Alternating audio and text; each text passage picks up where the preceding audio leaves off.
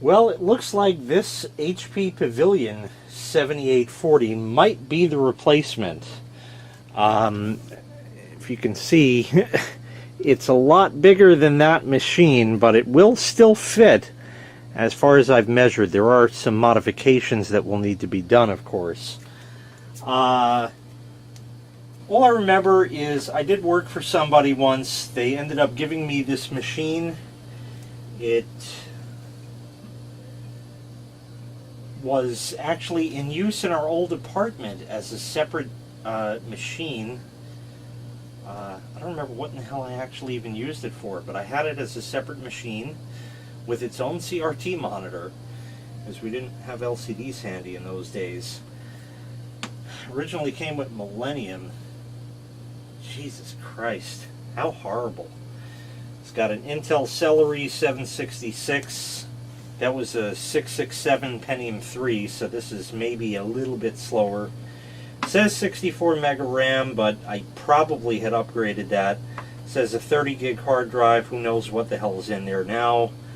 Intel Celeron processor badge, and a Windows me, because it's all about millennials. Me. Microsoft kicked it off for the fucking millennials. Interesting fact about this machine. Only one USB port in the back. The front, although you probably can't see, has a USB port right here and a front serial port. A front serial port. There's also one in the back. So you have two serial ports on this machine. I don't remember anything else about it except that this drive is missing. And the reason it's missing is this machine came with a micro ATX power supply. The micro ATX power supply in it failed. I didn't have one, and I had purchased a full-size regular ATX power supply and shoehorned it in here. It just barely fit.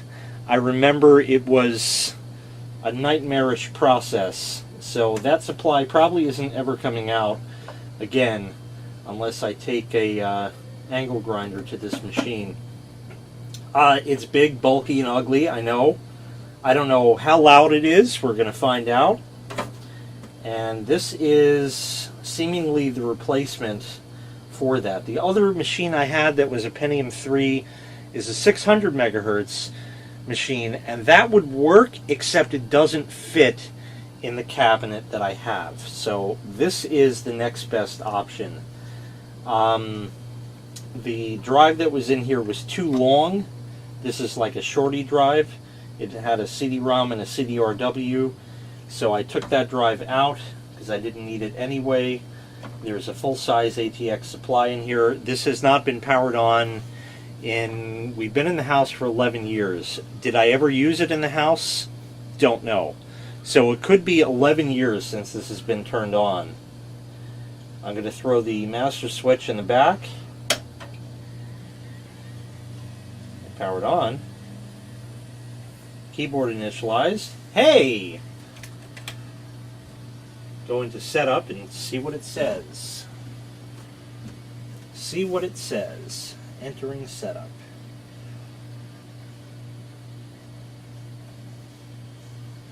It's quiet enough. I can definitely deal with that. Oh. Maybe a bad hard drive, I can't tell. It's got a 20 gig hard drive, pardon me. Yeah, time date's dead, so it's probably going to need a CMOS battery. 256 mega RAM, so I'm not going to bother pulling the RAM out of that thing that I put in. Not that I can use it anymore, but I don't think I'm going to throw it out just yet. It's got two 128s. I could pull it and put it in here and then have a 128. Maybe that's not a bad option, but anyway, yeah, maybe I will do that. We'll see. Let's see what else we got. Blah, blah, blah. Everything here is just absolutely how it needs to be. Boot time diagnostic screen will turn on. It's set to boot everything properly. We'll set the time.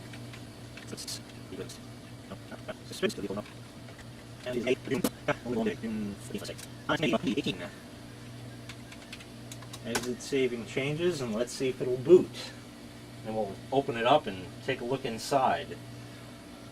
I don't know. There we go.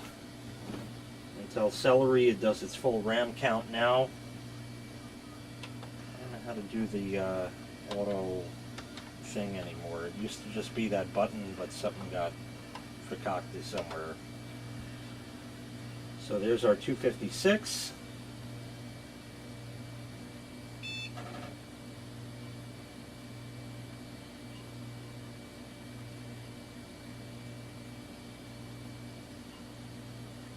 I'm hearing that drive clunking around.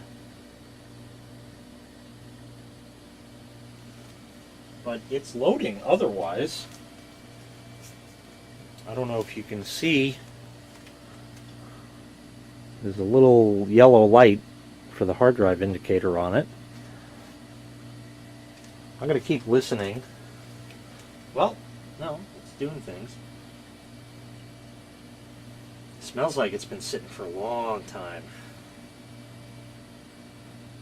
I had loaded XP on it. It's probably the original load that I had put on it back in the apartment. I don't think I ever reloaded it. Looks like a pretty plain basic install. I wonder if I installed my applications and stuff. Yeah, I guess I did.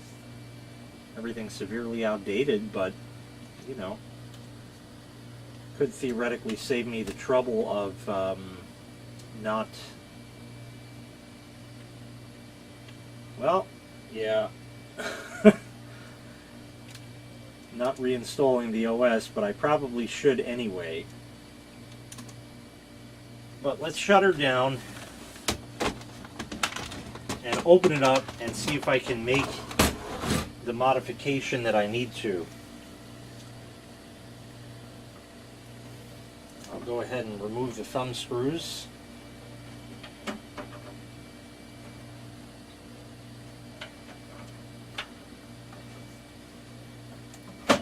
Oh, it even came off. How about that? That's a rarity. Oftentimes they get like glued on. I don't know, this hard drive is kind of questionable.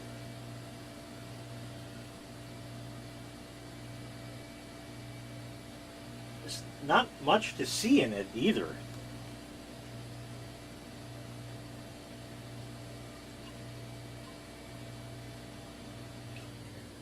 Well, turned off.